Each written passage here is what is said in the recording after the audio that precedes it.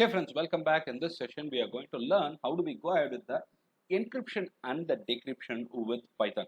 Can we do that? Is there a way to do it? Yes, of course, Python has got everything and we can do it. But we have to go ahead with some prerequisites. The first one is pip install cryptography to be done. The first time when you give it, it might not work because it needs upgradation in the pip, and you can do that with Python -m pip install double hyphen upgrade pip. Once you do that, and then once you go into pip install cryptography, it will be pretty easy for you to work and it will definitely get installed. So this is the first step. Pip install cryptography is to be done. Well, let's go into the code. This is very simple again.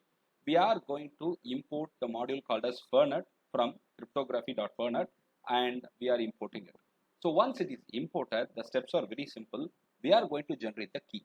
The generate underscore key method will help you in generating the key, and the next step is to move this key to a variable.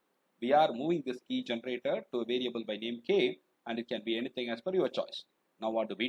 We are going to encrypt it. Yes, the core process comes here, and we are encrypting with k.encrypt, and this is the text to be encrypted, and this B plays a vital role. It tells that it's in the byte form, without which you may get an error. So this is the text that I want to encrypt. So once it is encrypted, we can print it. Well, I encrypted, sir. Can I go ahead with the decryption? Yes, you can do that as well. D is equal to k dot decrypt of the token. So this is the one that I'm passing here, and I decrypt it as well, and I can print it on screen. That's very simple, isn't it? Can we go ahead and try running it? Yes, we'll do that right now.